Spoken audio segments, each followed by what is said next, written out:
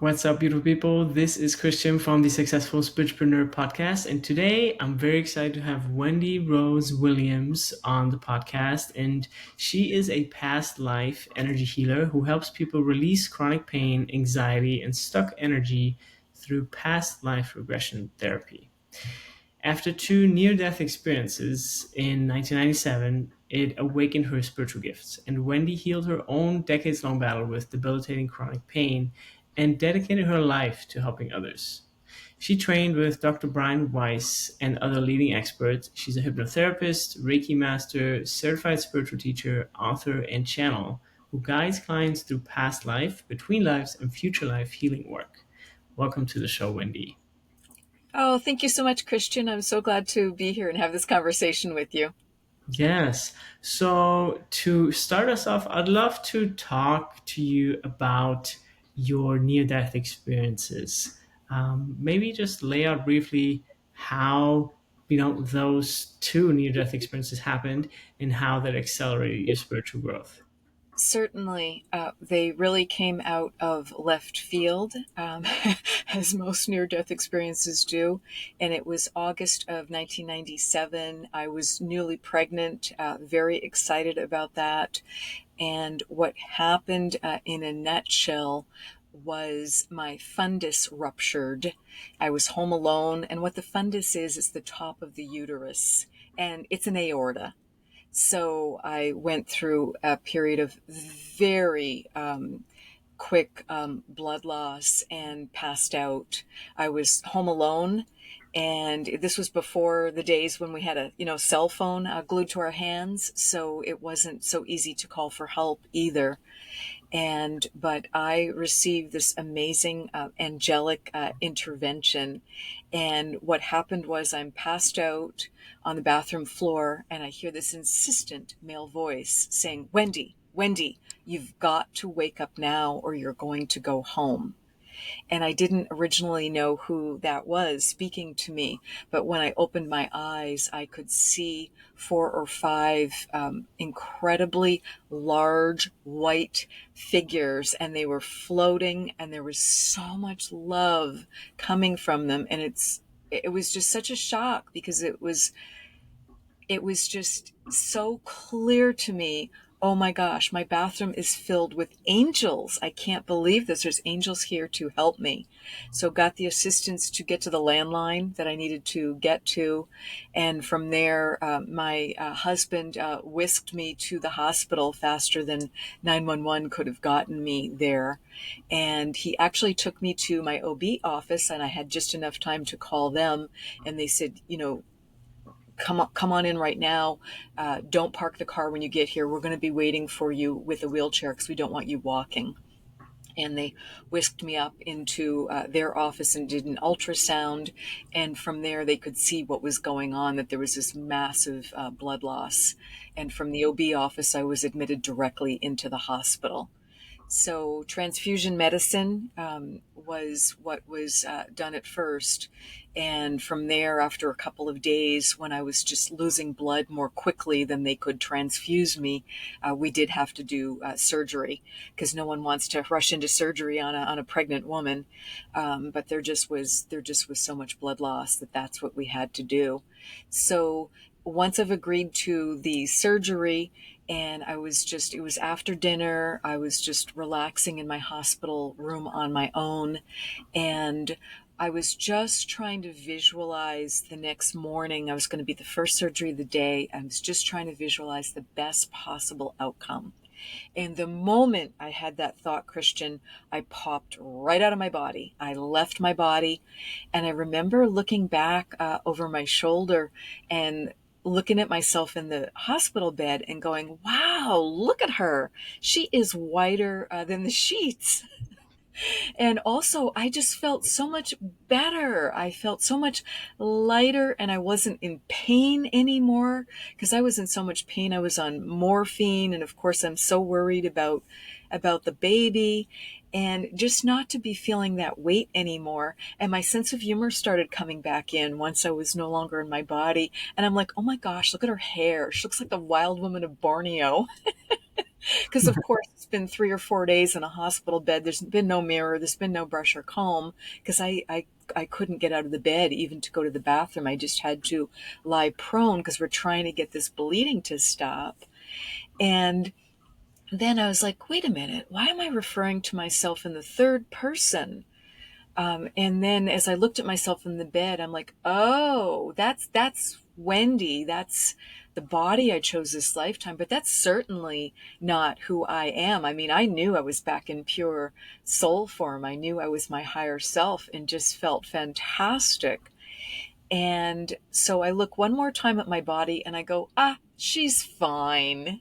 And that is just that soul perspective, just so blasé, because the soul knows it's always absolutely fine, and it knows everything's happening for a reason, and it knows we're eternal. So, just that's the attitude.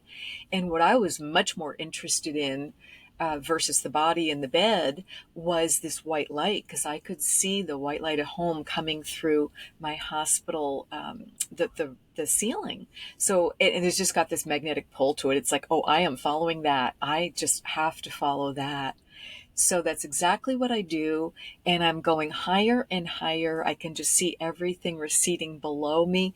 And I'm going faster and faster and feeling better until all of a sudden I just stutter to a stop. It's that terrible feeling like if you've ever run out of gas and you're like, oh, please, just like let me make it to the gas station. I need my refueling point. And I remember just crying out for help and saying, oh, please don't make me walk through that long tunnel. And I don't know how I knew that. I was not interested in near death experiences. Spirituality was not on my radar. But somehow I knew that typically when we went home, going through a tunnel, was one way to go home. And I said, I just won't make it. I don't have enough energy because I've been bleeding out for days. And at the moment I had that thought that I needed help to get home, this gorgeous, pristine escalator drops in. I knew it was just for me. There's no one else on it. There's so much light from it. So I gratefully plopped myself onto the escalator, and I was hanging over the handrail, the right-hand side handrail. So that made me realize what my body in soul form, using the human word body, was like. And I knew I should have been like a bright bouncy orb with just this limitless energy in it, like a little lightning storm. But instead I'm flatter than a pancake. So I just kind of like grip onto the handrail, and the escalator takes me up and up and up. At the top of the escalator, I am met by the most incredible welcoming committee. And the same angels that had been in my bathroom were in the background. And I knew they were angels because they're larger, there's more energy, there's just more love coming from them. But I am so interested in my whole soul family's there. There's 18 or 20 of them as these beautiful orbs, and they just all gather me in this big hug. So I get this group hug, which was just so, in here, it still makes me emotional this many years later. And it was just exactly what I needed. And then Archangel Michael, as everyone's giving me this hug, he starts talking. And the minute I heard him say one word, I was like, oh my gosh, that's who was in my bathroom. That's who was speaking to me and said, you've got to call for help now. It was Michael. And he said, welcome home. We're so glad you're here. You've done nothing wrong. You're welcome to stay, but you're going to need to make your decision quickly. And I kind of flashed back on my body in the bed, and I was like, yeah, obviously. And so he kind of motions everyone to stand back from me so that I can listen to him more clearly. And he said, I can tell you 3 things to help you make your decision. Number 1, if you choose to go back, you will have a successful surgery tomorrow and you will fully regain your health. This is huge, to hear that. And I could feel, more weight just coming off my shoulders, because when he'd first said, you're welcome to stay, and I'm getting this hug of unconditional love. I'm like, well, of course I'm staying. Why would I go anywhere else? So I know that's why he motioned everyone back, because that was just so influencing me. And number two, if you choose to go back, your baby will be born healthy. This again is tremendous because I was only 10 weeks pregnant and I worked in healthcare. So I knew more than the average person because I've had morphine, I've had transfusions. This is all in the first trimester. And we don't know what we're operating on. We didn't yet know at the time that it was the fundus had ruptured. And so, to hear that my baby was going to be born healthy, and I'd Mm. had years of infertility, and we had a toddler, and I really felt like this baby, this child, was going to be so special, and I also felt like it was my last opportunity to have a child in this lifetime. So it was just a really big deal to hear that. So now I'm starting to lean toward, oh gosh, should I go back? It feels like I need to go back. And then I get jerked the other direction again one more time, because what Michael said as number three was the kicker. And he said, if you choose to go back, your life will be very difficult for many years, likely, because you're not on your life path. You're not living your purpose. I felt terrible when he said that. It's like my energy just plummeted again. I felt so embarrassed. I felt just, no one wants to hear they're not living their purpose. So of course I ask them the, the logical next question is like, well, tell me more. What is my purpose? I want to do the right thing. I'll change. What should I be doing? What should I not be doing? And he just gently shakes his head. So I realize I'm not going to get any more information there. But I'm like, wait a minute. I'm with my soul family. I'm with the souls I've incarnated with the most times. I just have to go around the group, and there's got to be a chatty Cathy somewhere here in the group that's going to give me some information. So I start going from person to person to person, but no one will tell me anything. So again, my energy is just plummeting, and my cat wants to play with the blind cord right now. Let me move this away from her. And so, since no one will tell me anything, they start using sense of humor, because I'm getting really upset. So they put duct tape over their mouth when I go to ask them, or they like lock their mouth with a key and like throw away the key, but in a really humorous way. So I start feeling better and realize I just need to lighten up, and I'm going to figure this out, and I'm going to get it right. And for me to start to feel that confidence, that was exactly what needed to happen. So when Michael asked me, what do you want to do? At the moment he asked me that, all I could see was our toddler's adorable face and her little brown curly hair. But it wasn't like Tara's face was normal sized. It just filled my whole world view. It was all I could see. All around me was just her smiling at me. So it was an easy decision. And I said, Michael, put me back in. I'm ready to play. I want to go back for my children. Wow. And it just was so simple at that point. And it's like, I'll just figure out the rest of whatever's going to be difficult. So everyone gives me, so he's just, beaming, and everyone is just beaming at me. They're like, oh, that's so brave. That's a great choice. That's the right thing for you to do. And everyone gives me one more group hug to wish me well. And that time, Christian, the first time I felt unconditional love and acceptance, which made me realize it had felt somewhat missing in my life. And I realized you've got to give it to yourself. That was the missing piece, was just that solar plexus just wasn't strong enough of that, that self-love, that self-compassion, etc. And you can't feel it from other people if you can't give it to yourself. So everyone, with that second hug, I could feel them sharing energy with me and me getting energy that I needed. because of course I've just been teetering on the point of death for several days. I could feel myself walking between worlds and making the decision to stay or go. So that second near death experience gave me exactly what I needed. So everyone finishes up the group hug because again, Michael motions them away. We're done, and puts me back on the down escalator, and I'm just looking over my shoulder and everyone's in cheerleader mode, like, you can do it, get back in there, we'll be with you. And I just felt so much more connected and so much more loved and supported. So it's very easy. I just go back into the hospital room. I go back into my body gently. And then it was like, ugh, immediately feel two things. First of all, just the weight, the pain, the discomfort. It's like, it's okay. I just have to make it through to the surgery tomorrow morning and everything's going to be okay. And the other thought I had was, ugh, why is she so little? I was annoyed. I was annoyed that I'm 5'2".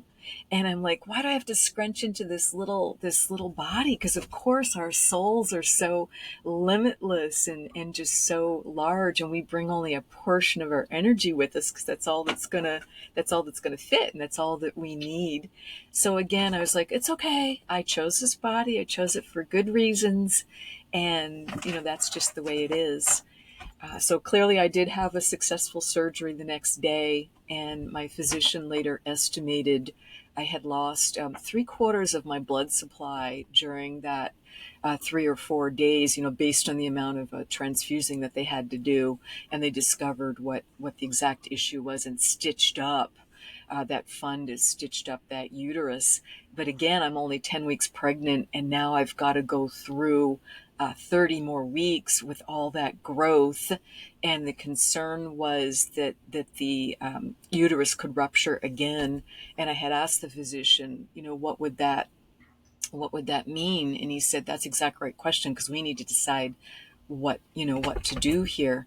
And he said it could rupture and the baby would go up into your heart and lungs. And I said, and that's probably death. And he said that's exactly what that is.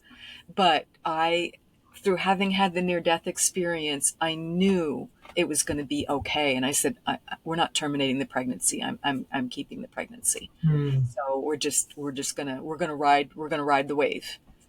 So that's what I did.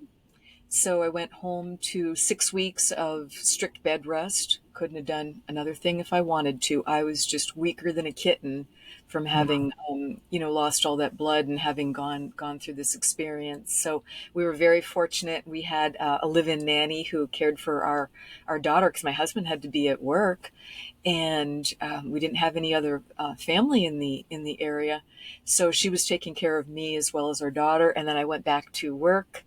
It's a job I love. I had been there for several years, and everything went well for about 6 weeks. And then in November of 1997, it's a Friday afternoon, get called into my boss's office, and I don't think a thing about it, Christian. We had a great relationship. I thought, oh, he wants to tell me something he needs done next week, or he wants to chat about weekend plans. But the minute I walked in his office, I could just see the weight of the world on him. And I see our human resources rep sitting there with a file.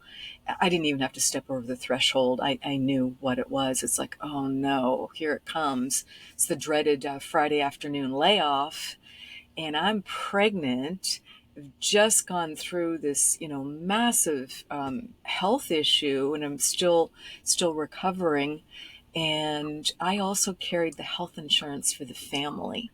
So now we have no health insurance for me to deliver.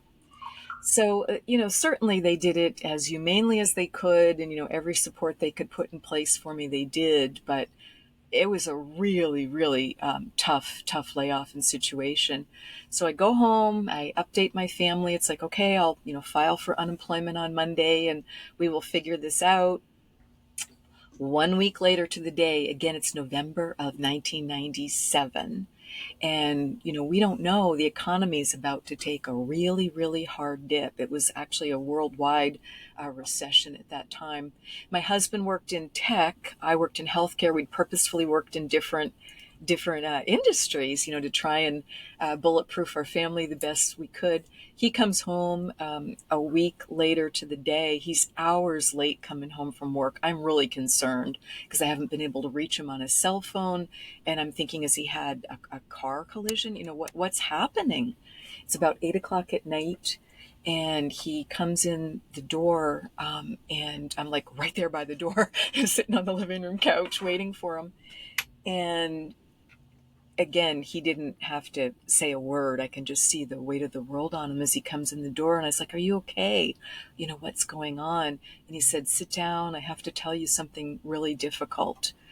And what he shared with me, he was one of 5 or 6 owners in a successful software company in Seattle area. And they had just gone belly up and had to lay off everyone in the company. And he also shared with me that he was going to be working incredibly long hours trying to get everything settled and trying to figure out what to do with the lease and the furnishings and how to sell the company, etc. So I'm just looking at him because once he'd said to me, one of the first things he said was, "I just went to payless paydays." And my brain couldn't compute. I couldn't put the two words together. And I said, "Wait, you need to go back to the payless payday thing. What does that mean?" And so he, explained some of it to me again. And I was like, "Well, that's okay. I'm so sorry this is happening to you, because it's one thing to be laid off. It's another to lose your company. That's a different level of emotion to it all." I said, "That's okay. Take the weekend. We'll figure this out. On Monday, you can file for unemployment." And that was the next very unpleasant shock to me, because I'd never been self-employed at that time. And he says, "No, Wendy, I don't qualify for unemployment insurance. I'm self-employed. I own the company." It's like, oh boy. So we were at the situation, we had just not long ago moved into a larger home, prepping for the next child. Everything had been going well for years. It made sense at the time. We had just purchased a minivan because, again, getting ready for the new baby. And I'm like, oh boy, this is all based on 2 full-time incomes. So, and I kept thinking back to what Michael had said. Things were going to get very, very difficult. Hmm. So they certainly did. Long story short, we were fortunate. We were saved by Bank of Mom, and my mother kindly, with some real effort and sacrifice on her part, she made up the shortfall for us every month, so that we didn't lose our home and didn't have our car repossessed, because that was literally what was going to happen as I was negotiating with the different lenders, etc. So we were very fortunate. And the next thing that happened that was so different, Christian, because I could now hear the divine, and I had not had that experience before. So I was sitting at the pediatrician's office with our older daughter. I was, still quite pregnant, further along in the pregnancy, but no health insurance, because I hadn't been able to find any. I hadn't been able to find any help, because we were wealthy, because we owned a home and owned 2 vehicles, all heavily mortgaged and all about to go away. But, by any standards, we were wealthy. So I'm sitting in the pediatrician's office, and all of a sudden I hear Michael say, "Look, look." And he turned this lamp on that was on a little side table next to the door, and he just made it brighter and brighter. And I'm like, what? And I'm looking at this lamp, and I can see this little brochure in front of it in a little stand that I hadn't noticed. So it's like, oh, clearly you're trying to show me that. So I tucked my daughter under my arm, run over and grab it, and shove it in the diaper bag to read later. What it was the application for WIC. I didn't know what WIC was. It's women, infant, and children. It's a specific subset of Medicaid at that time. Again, this was 1997, early 1998. And it included health insurance. It included coverage for my delivery in a hospital. I had no other choice, with the high risk situation that I was in. It's like I was not a candidate for a birth center for a home birth, etc. I needed full on expensive hospital care for the delivery. And it also provided for some food, which honestly, healthy food for myself and for my 18-month-old, which honestly we really needed help with. So I was so grateful that we were able to get that assistance when we needed it. And I delivered on Friday, March 13th, 1998, and everything changed again with that delivery. I think there was a lot of worldwide astrology or personal astrology for both my husband and I that was going on, because I deliver on the Friday. I had been approved for a very short stay, just for a 24-hour stay.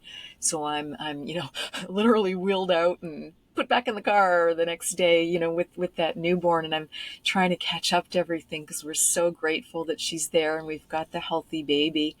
And I'm at home the next morning, nursing the baby. I'm by myself in our bedroom, and Archangel Michael comes in again, and I'm like, oh wow. And I just started to say thank you to him for all the assistance, etc., and that I was so grateful. And I'm just holding the baby, and he just says very conversationally, your contract with your husband is complete.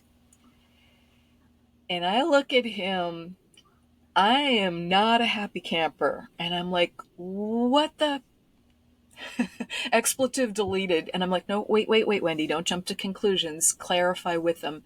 I said, are you saying my marriage is over? And he said, yes, your soul contract with your husband is complete. And just leaves. So it took me years to settle back into that moment and to understand and to let go of the anger about that, because it's just that's not what you want to hear at the moment when you're there with your newborn. But But you spoke with him about that, or you just kept that for yourself and you observed his behavior, or did I speak with my husband about it, you mean, or yeah. again with Mhm. Michael?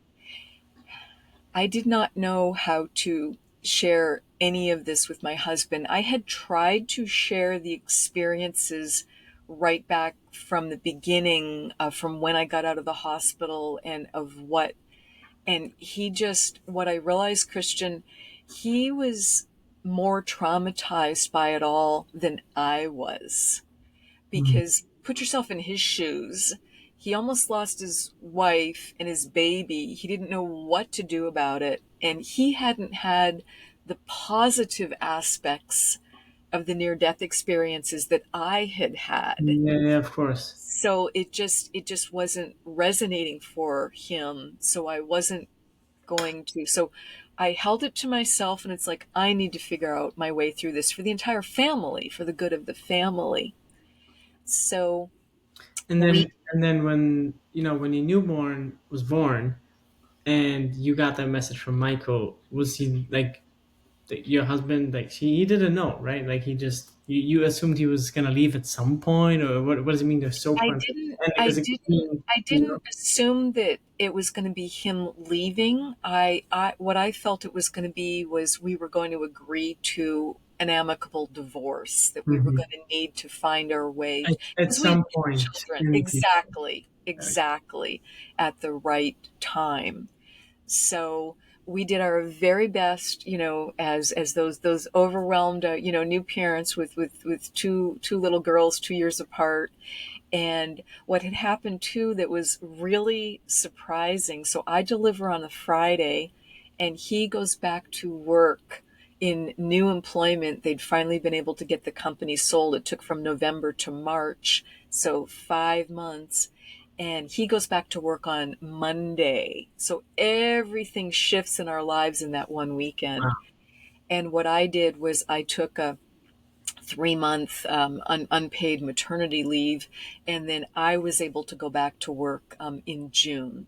Hmm. So, and then just, everything started to get back to, the new normal from that. Yeah. We did divorce when the children were both in school full time. I chose when they were 6 and 8 that was going to be the best time to do it. And we went to this very amicable 50-50 residential schedule where the girls were back and forth. And the big win that came out of that was my mother was retired. She was living all the way in Boston. We were in Seattle, so across the country. And more people had been saying to her, you know, Wendy and John aren't going to come back to Boston. Why don't you consider moving out to Seattle? So that's exactly what happened. And she came out and announced, hey, I'm team grandmom. I don't play favorites. Wendy, if you need help, John, if you need help, if the kids need help, I'm here for the kids. I'm here for the family. And that was a really big deal for all of us. So she helped, raise the kids, because it's very hard to do with a 50-50 schedule in Seattle traffic, where you're just, stuck in Yeah. traffic for hours a day and trying to work these full-time jobs. And school hours, don't begin to cover it. So we were very fortunate that that's how that played out. Wow. But other questions? What a life story. I just want to pause here for a moment, you know. It's incredible, you know, what you went through, you know, not only yourself but with everyone, the whole family, you know. Yes, yes. Yes, That's it really was that's life changing incredible. for us. Multiple times and multiple ways. And my that youngest daughter that went through the NDE with me, she's now 27 years old. So it's like everything, works out beautifully. But boy, it can sure take some time and some Yeah. effort and some challenges along the way. Yeah. Well, you know, you chose to come back and do the lesson now rather than check out of here and come back and do a lesson a different way, you know? So, Yes, I really feel if I had chosen to, because I believe we all have exit points that we pre-plan and can choose to take. I think our soul does a lot of brilliant planning for what we want to work on, and some mm, of what the possibilities might be, and the exit points of when we're going to go back home. That clearly was an exit point for me, that I chose not to take. And I'm so glad I didn't take it, because I would have missed all the wonderful things that have happened in my life, and raising my daughters. And I would have missed, the family has come back together very recently, in very, very beautiful ways, and is closer than ever, because I have my first granddaughter. So my mm, eldest daughter now has a little 17-month-old, and that baby has just brought the family together in incredible, incredible ways. And we literally all moved as a family from Seattle to Spokane, so across Washington State, and we have 12 of us here now. So to be wow. able to do an extended family move like that, it's a big deal. Wow, that's amazing. I love that. And what about that purpose that you said you were gonna find? Yes, the How how purpose. how and when did that come about? Sure.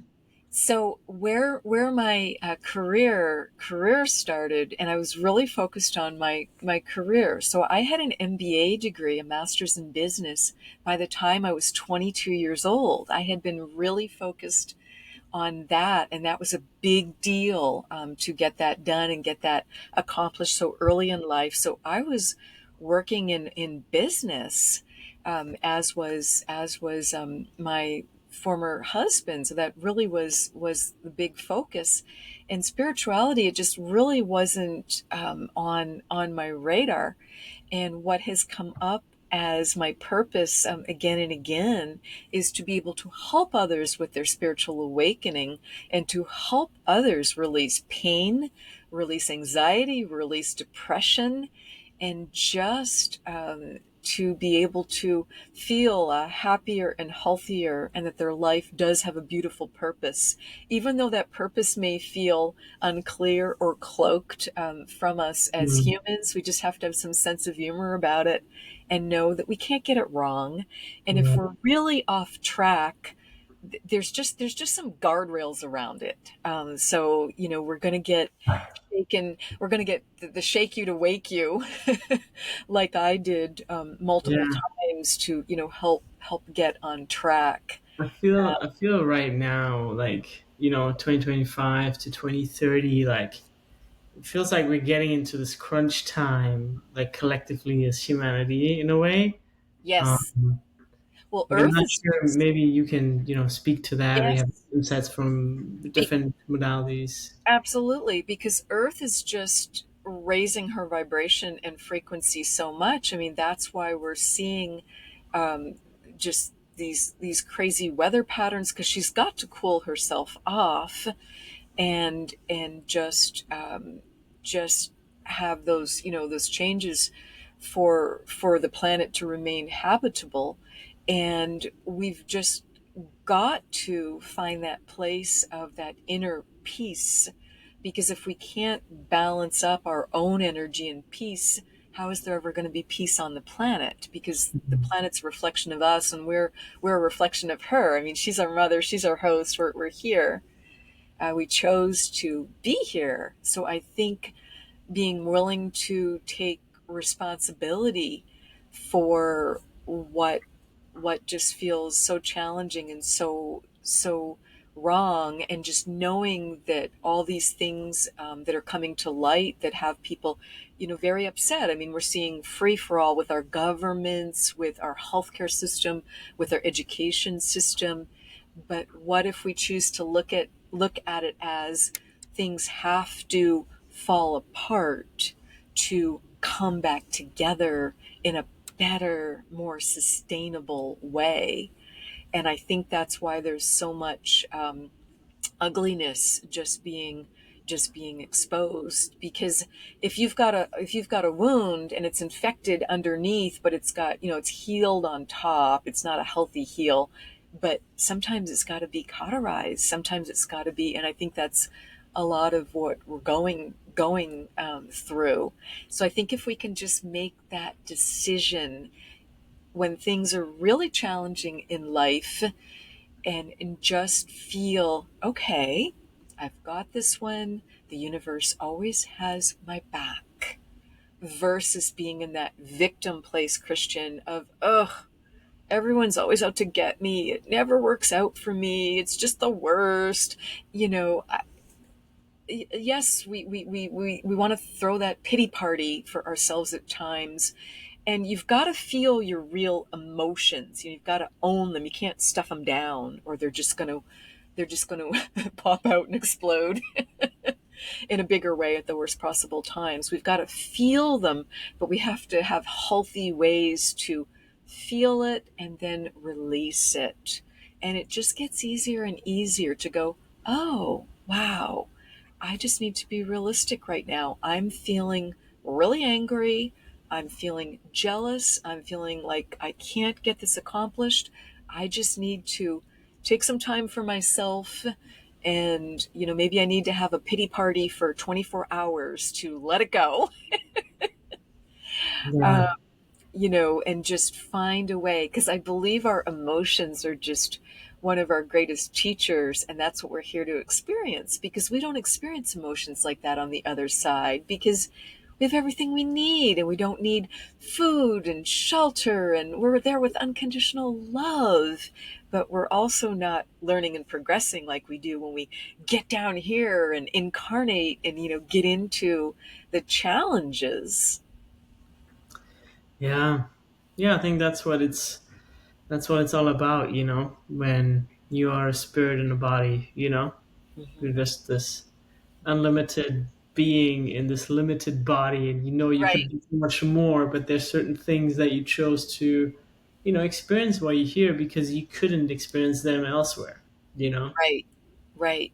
Exactly. So when things get very challenging, I think it's so important to know how to recenter yourself, to have a daily spiritual practice where you know how to ground and clear your energy, and that just helps you raise your vibration. I'll give you a quick example.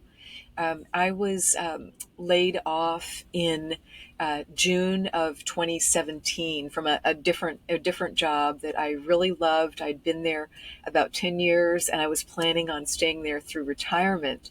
So I get laid off from that, and because I had more skills at that point, I was able to meditate, talk with my guides, and say, "What's the opportunity? Why is this happening for me?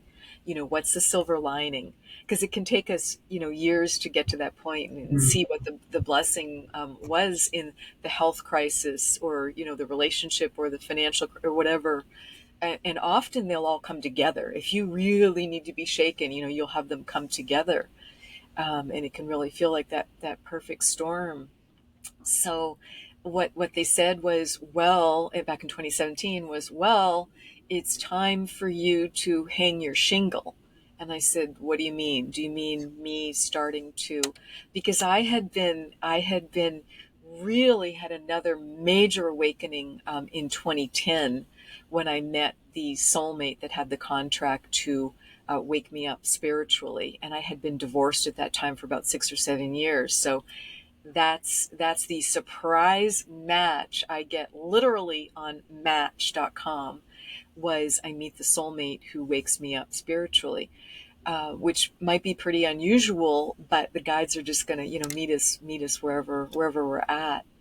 So in 2017, when I get that layoff, I can't find a job. And Christian, I knew it didn't make sense logically because the economy was strong. I had great experience, great background, incredible network, and the job just wasn't coming. So I had to really dig deep, because to start my own uh, spiritual services practice at that time as a past life regressionist, as an energy healer, with the big mortgage and with two daughters in college, it's like I had never had, more financial crunch in my life.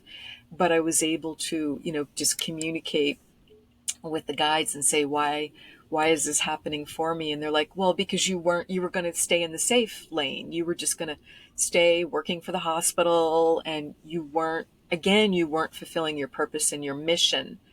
And I tried bargaining. I'm like, well, can't I do that on the side like I've been doing? Can't I do the past life regression on the weekend? They're like, no, because if you do that, you're not releasing your fear about money. And I'm like, do we have to do it while the kids are in college?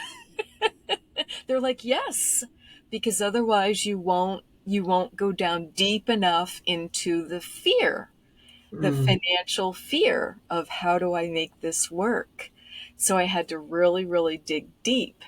And then, so I did. So I kept looking for the job, and I hung my shingle too, because by that time I had retrained, thinking it was all for personal interest and just, a lot of excitement and joy around it, and thinking it was for that, because I didn't want to take it on full time. It's like, oh, I can do that later, when the girls are out of college.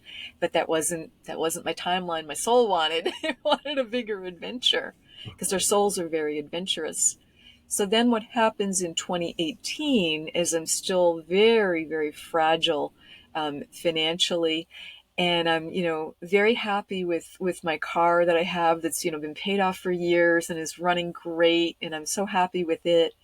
And I woke up one morning in April of 2018, and I could just feel, I was like, oh, today feels very challenging. What's going on? And because you do have to ask the intelligent question, should I just stay home today? But they're like, nope, you got to go out and do your thing. And I was going to a dog rescue event. And so I drove very carefully, because again, I was just feeling vigilant. And I saw there was like one parking spot left in the lot. And I asked the angels, I said, should I go in the lot? Is that my spot? They're like, yes, go get your spot. Look at that. Great. One spot left. So I'm there for a couple of hours, thoroughly enjoy this event. And when I go to pull out afterwards and to make the right turn, My view is unfortunately blocked because the cars that were parked immediately to my left were just gigantic and I can't see through them. So I'm like inching out very carefully. And I said to the angels, is it safe? Do I pull out now? Can I pull out now? And they're like, yes, pull out now. Christian, the minute I do, boom, I am hit so hard. I was spun around almost 360 degrees back into the parking lot. And I'm just praying. I'm trying to get my foot on the gas. And three, um, um, what's the word that they explode to? Airbags. Mm. Airbags. I can't see a thing because they're across the whole front of my windshield and they're on my, I can't, I'm blind. And I'm just praying, please don't let me hit a person or a dog, because there'd been so many people, in that area moving and walking around, and there was seating outside. And I'm just praying because I feel like I've been, pushed back in where I was. And that's exactly what had happened. So finally, my car comes to rest, and I manage to get my foot on the brake, and people come running over to help, and tell me, turn the key off, turn the car off, and we're calling the ambulance now because the woman that hit me so hard, she then careened off a parked car, so she definitely needed medical attention. And people, I mean, there were so many angels. People knew on the other side that this was coming, Mm. so people were already out and blocking the road, directing traffic, so there wouldn't be any more. And I actually called 911. I called the police, and I looked up the address of where I was, because Christian, I didn't want to say the name, and you'll get the humor in it in a minute. I didn't want to say the name of where I was.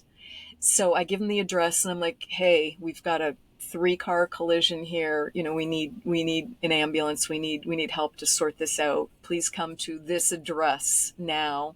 And she's like, fine, absolutely. Help is on its way. And she said, where are you? Are you at a house? Are you at a store? Where are you? And I gave her the address again. And she said, I've got the address, but where are you? I said, I'm right across the street from Fred Meyer. She said, no, where are you? And I finally said, Hell Bent Brewery. And you could hear the pause on the other end. And she's like, I'll let them know that. And I thought, oh boy, this is going to be interesting. I have never had any issue with alcohol, but I had a fear around this. I thought, oh boy, what is this going to be like? Because I know I'm the one at fault, because I'm the one pulling out as carefully as I can into the traffic. And the police officer was so kind and said, he says, I do need to go through the events of the day. Did you drink any alcohol? What is this event? What's going on? Because I'm wearing this sweatshirt with the name of the dog rescue on it. And all my friends are coming. There's like 20 people there. And he's like, what is going on here? What is with all these dogs? And why are you all wearing the same shirts? He's like, what is this? And I told him, I said, it's a dog rescue event. And I answered his questions. And he said, okay, there's no issue with alcohol. You had 1 beer 4 hours ago and you've eaten food. And he's like, you're clear eyed, other than you've just been in an accident. He was so kind, and everyone else was so helpful. But I did say to my angels, we need to talk, because why was I put in that parking spot, and why did they tell me to pull out? What the Mm. reason was, it was to heal and release my issues. I had a very strong fear and anger toward authority. So now I have to deal with calling the police and Mm. tow truck driver, work this through with the insurance company, work this through with court. You can see just again and again and again. And it was such a benefit for me. And it all went beautifully. But just, what a dramatic way Mm. to do that. So just remember, in those, really hard moments, just say, okay, Why is this happening for me? What Hmm. can I best do here? And you just find your way through. Yeah. Yeah, it really comes down to being able to change their perspective at any given Yes. time, you know? Because I absolutely could have gone to victim and anger place over the And whole, over the whole that skill is experience. so powerful. Yeah. Yeah. Wow. That's incredible. I love your stories. That's amazing. You know, it's so entertaining to just like listen to the stories with those details, you know, like it really um helps the listeners and myself Right. understand like, wow, Right. you know? Yeah. That's beautiful. Well, Yeah. we have about 7 to 10 minutes left on this episode, and yeah, is there anything you'd like to share? Because you know you have so much experience now with Yes. I energy would healing, just, past life regression. Like I I don't would know, just, you just have so much. I feel knowledge and experience in that oh, field. thank you. I would just love to share with people, just be willing to uh, try some new things for healing. Find your own daily spiritual practice, and it can be quick, it can be simple, it can be easy. I resisted learning to meditate like you wouldn't believe. And again, I got such help and intervention. Finally, a friend signed me up for a course to go learn how to meditate, and the two of us were supposed to go together, and she ended up not being able to go, having business travel. So I just went on my own. And it really was life changing to just learn how to settle down that busy, busy left brain that a lot of us can have, and just too much chatter, too much busyness. Hmm. So just finding, what that spiritual practice is, and it's not meant to be a task. It's meant to be just relaxing for you and Yeah. uplift you, be something you look forward to each day. And, No. don't be afraid to change it up either. And also forgive yourself when occasionally we've got, just that crazy 16-hour day and it doesn't happen. That's okay. Yeah. Um, but just be willing to try some new things for healing. Certainly, work with your own guides, do anything and everything for yourself. It's very empowering, and just believe in yourself, and know what your own truth is as you're doing that. But then also to work with others.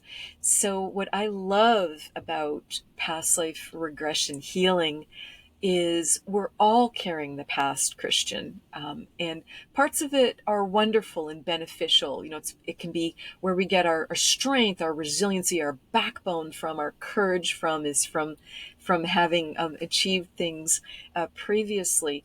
And past life can be, don't take it too literally. It can also be this lifetime, because you're certainly not the person now that you were when you were a 3-year old, in utero. It's like the healing can come in at all different places. So working with a past life regressionist, it can change everything. My very first session that I went to with the past life regressionist, me as the client, I was a very overscheduled, very busy, very type A, very stressed, single working mother, and I tried to control everything. Control's an illusion, but if we have anxiety, in particular, we can be trying to control things because it makes us feel better, but it's not effective. We haven't learned how to spiritually surrender and go with the flow. Hmm. So I go to the very first session. It was November of 2011. So 1111, light workers awake, just this perfect numerology. And the gal was amazing. We'd had a phone interview. I'd, gone through her website and done research, and I'd actually been referred to her by my boyfriend that had woken me up in 2010. And he says, "Oh, I'd love to go to this gal in downtown Seattle. She trained with Michael Newton. She sounds amazing, but I'm not willing to wait 6 months. She's got a 6-month waiting list." And I looked at her website and I said, "Oh, I am waiting for her. She looks fantastic, and it's going to take me that time to save the money because I just have this super, super tight budget." But I was like, "Oh, she just feels perfect for me."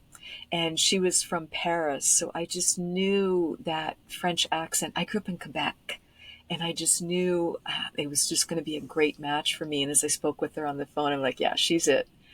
So we agreed, and she was wonderfully supportive, but also wonderfully blunt, and said, Wendy, you've never done anything like this. You don't have any spiritual practice. You don't know how to meditate. We just need to treat it as an interesting experiment. Are you willing to do that? And we just don't know what's going to happen, especially because it's your first session. So I scheduled the 2 hour session with her. And Christian, I was so, again, controlling about it because she'd offered to tape it. And I was like, no, I'll tape it myself, because I'd read just ridiculous things that people can like mess with the tapes. And this is just ridiculous. Your therapist is not going to do that, nor do they have time to do that. But I had my new to me, fancy dancy iPhone that I barely knew how to use, but I'd managed to find the record button on it. So I recorded the entire session. I just felt some calm and peace around that, knowing that I could go back to it and like listen to it again. And that session was incredible. To my surprise and hers, I turned out to have the blessing of being a fantastic therapeutic trance subject. I went really deep, really fast, stayed there, and I visioned not only multiple things in this lifetime that she took me through to clean up and understand better and release the angst around it, but we visited 2 past lives. And so then when she's gently bringing me out about 15 minutes before our time is up, one of her first questions, to me was, along with how do you feel? And I said, oh my gosh, I feel so much lighter. I feel like I've let go of the perfectionism and the stress. And I feel like, we've just got an eternity to figure it out. And we're just going to get it right, and it's all going to work out great. I feel so much lighter. I feel like the weight of the world. I said my neck and shoulders and back just feel so much better having gone through this experience. And she said, what's your relationship like with authority? Because again, this was 2011. I haven't yet had the car collision in 2018 that's going to really free me up. And I just immediately said, oh, I have no issues with authority. I'm fine with authority. And in my mind, it was like, well, I've never been to jail, therefore I don't have an issue with authority. But I didn't say to her how I would just tense up. It could be as simple, Christian, as I would get a piece of mail I didn't anticipate, and it's from the bank. It's from like a court, like a jury. It could be anything. I mean, it was so broad. And she said, well, Wendy, the reason I'm asking that question, it's an obvious thread between those 2 very different past lives that you just released. They were both issues with authority. And all of a sudden I was like, oh, I hadn't thought of it that way. So we talked it through a little bit. But the biggest thing that came up, she said, what's the biggest change for you now that we've just done this, marvelous 2 hour healing and past life regression before? I said, oh my gosh, I'm 49, 50 years old. I no longer feel anxious. I don't feel anxiety. It was life-changing for me because I had had anxiety my whole life to that point. Not to the point where it needed medication, but it was a buzzkill. It made me live life small, just too much in the quote safe lane, the conservative lane, and the rails just needed to come off all that. So that's what the different spiritual awakenings were doing. So it was just really, really powerful. So I looked at her and said, please get out your calendar. I want to book a Life Between Lives session, which is a 4-hour deep spiritual regression that Dr. Michael Newton created. And she's like, oh, people don't usually jump right into that. And I said, I want to book it a year from now. and just like the words were just coming out of my mouth. It's like I just knew, it's like my intuition was so much sharper and honed, and I just trusted it more, and I just knew what was right for me in a way I hadn't known before. So she got out her book. She's like, I don't know if it even goes that far. I was like, well, let's figure it out. So we planned the date, and I did go back a year later and have the Life Between Lives. It was an amazing success when I transcribed that recording, Christian. 65 pages of information about my life I had never known. And it just cleaned up and made things so much clearer. And it also got me on my writing path because I just started transcribing these amazing sessions that I was having with healers. And that's what started to lead to me being an author, because that was definitely part of my life path too, was to share the experiences publicly through books. And I couldn't figure out how to get it done. I was like writing fiction and nonfiction, and I was all over the place, and I just couldn't figure out one book. So the breakthrough came for that with the boyfriend who woke me up in 2010 and who'd gotten me to that therapist. He literally drove me to the session, because back then, you couldn't do them via Zoom. There was no Zoom. You had to go in person to someone's office. And his session, I offered him a session, because what happened very quickly as I had my sessions and continued having them, so I had the 2 with the Newton therapist, and then I had 3 with a Dolores Cannon therapist the next 2 summers. So it'd been about 3 years. And at the end of that 3rd session with the Dolores Cannon therapist, she said to me, Wendy, you really need to listen to your tape, because it's fascinating. I've not seen this before. She said, you're not only completely facile speaking as your higher self, because that's what happens during trance. We can start to speak as our higher self. We can speak as our guide. So it's the client, bringing up all these realizations, and the therapist then just gently guides them and clarifies. It's not like your therapist is doing a psychic reading for you. That's not what's going on. It's the opposite. It's your truth coming through. But what the therapist said was, she said, you're not only completely facile as them. She said, you're actually either your higher self or your guides is giving me directions and telling me what to do and saying, ask her this or take her back to this more. And she said, it's fascinating. She said, you've clearly been this type of a therapist before, because I don't normally see this. And when I, listened to it and transcribed, it's like, oh my gosh, she's absolutely right. So then at that point, it was like, oh, I just want to open myself to, how can I train for this? How can I help others the way these sessions have changed my life? Because I had 2 with the Newton, and then 3, so five sessions over 4 years had changed everything in such a positive way. It's like, oh my gosh, I want to share this with others. It's a really, really big deal to release that anxiety, that depression, that pain, and be able to let that go and to more embrace our path and feel more confident and more excited about it and know that it's all going to be okay. So I did then train. And then the way the first book came out was they were stuck in me like a bathtub plug that just couldn't be pulled out. So my boyfriend had been a professional athlete. He'd broken his neck. He'd had a successful surgery, but a lot of residual pain, and very difficult to turn his neck, and just very tight shoulders and neck. So causing a lot of problems for him. So I, at that point, was trained, and I said to him one day, "Would you like to do a session with me?" Because we were no longer dating, but we had worked our way back to being spiritual seekers together. We had a very specific lane that we were in, and he said, "Oh my gosh, that would be amazing," because those sessions take me some time to save for. And yes, I'd be thrilled if you would do a session for me. I said, great. So we did that.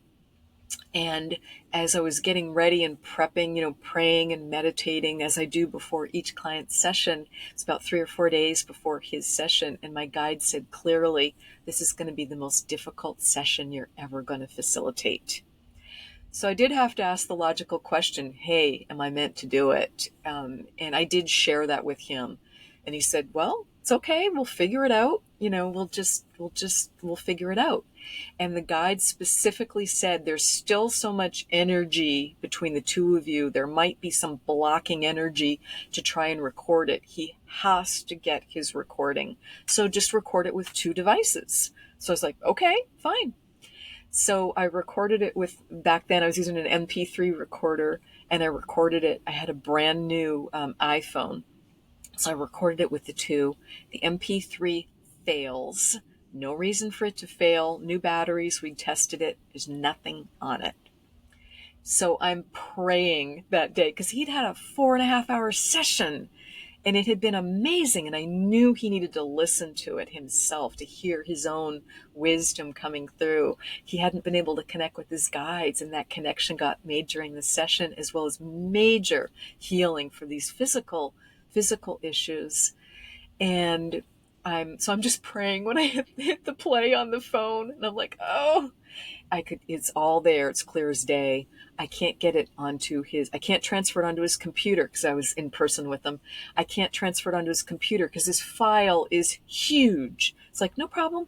I'll go to the phone store tomorrow. And I went in there and I said to them, I said, I need a manager, please. I said, I've got a really confidential file. We can't play this out loud in the store. I'm a therapist, but we just need to get this off my phone and tell me how to transfer it. And they're working with it. They're like, what the heck is this? They said the iPhone's not capable of recording for 4.5 hours. That's not possible. I was like, well, I've got it. It's here. Don't mess it up. So they can't get it off either. They said, we don't know what to tell you. It's not possible. We can't transfer it either. So I go home. I'm like, what do? I can't give him my phone, to listen to it. And we didn't want to listen to it together. It had been enough to go through it, in person together. So I'm praying and meditating. What do I do? I was like, oh my gosh, my guides are like, you need to type it up for them. Just quick and dirty. Just don't worry about the typos. And I said to him, okay, what if I type it for you as a transcript and just do it that way? He's like, oh my gosh, that would be huge. Please do that. I would really appreciate it. It's like, okay. Because when I'd asked him, Christian, at the end of the session, how long do you think your session was? He says, oh, we went surprisingly long. It was like an hour and a half, 2 hours. I'm like, no, look at the clock. It was 4.5 hours. And that Wow. missing time, that's him speaking as his higher self and as his guides. But I don't know what he knows and doesn't know exactly. He needed the transcript. So I'm at home on a Saturday typing it and, listening to it. And it's tedious. It's a hard task to do. We didn't have, AI and tools to do transcription like that for us then. And so I take my first break and, stretch, get some water, come back. And I look at what I've typed. I was so surprised, Christian, because clearly I was channeling part of it. I didn't know how my guides had come in so much. There's the name of the book is there. It says Regression Healing 1. And it's got the title, it's by Wendy Rose Williams. And I've put in a note to include a healing resource guide at the end of it. I'm like, oh my gosh, this is a book. So I finished typing the whole thing for him, and I said, how do you feel about me sharing this? We'll blind your identity and we'll take out anything you're not comfortable with. Would you be comfortable with me sharing this publicly, with you being the one that goes through it first? And he said, absolutely, I would be thrilled with that, because what I'm hearing is it's going to help other people so much. And it's also going to fulfill that contract we have together that we haven't been able to figure out of we're meant to help each other write books about spirituality, and we're meant to speak publicly together to help others. And that was part of why I'd been so heartbroken when he and I broke up after a year plus, because I thought, oh my gosh, how am I going to do all those things? Mm. Because I didn't know how to accomplish them without him, because he was the published writer and he was actually on television at that point. He had the public speaking connections, and I just didn't know how to do it alone because I didn't have any of those connections or background. So our guides just find different ways, different ways. So I helped him get his first book published separately. So he did that. And then that session with him became my first book. And that just, broke open the dam for me. And he got me my first public speaking engagement. And it all came together beautifully another way. We just have to let go of the how and just say, I'm open to it. Show me the way. Help me. Same thing with getting my first book published. I had no background to do so, and I self-published it. And you've got to have some skills, because how do you do the cover? How do you do the formatting? Where do you get the test readers? Where do you get the editor? Oh, those all came to me so quickly, so easily. It was amazing because it was meant to happen. And I just kept asking my guides and higher self for help and to make it happen. Wow, that's beautiful. I love that. Yeah, it really sounds like, your life was just always very, very guided, right? You had a lot of hard lessons, but you never lost the faith and you kept going on that path. So Right, it's right. really, really beautiful. And So, that's true for all of us. There's nothing special about me, but we just have to get that left brain, that logic, that ego, that fear and that nitpicking. We just have to get that to relax and just say, well, what if? And mm, just be, more in that right brain where we're creating, and just be willing to surrender. yeah, beautiful. Well, we're coming towards the end of the episode. I would love for you to leave any last words with the listeners. Some what if something that something they can take with them and apply. Know that you are so loved and supported. And if life is challenging now, know that it absolutely can get better.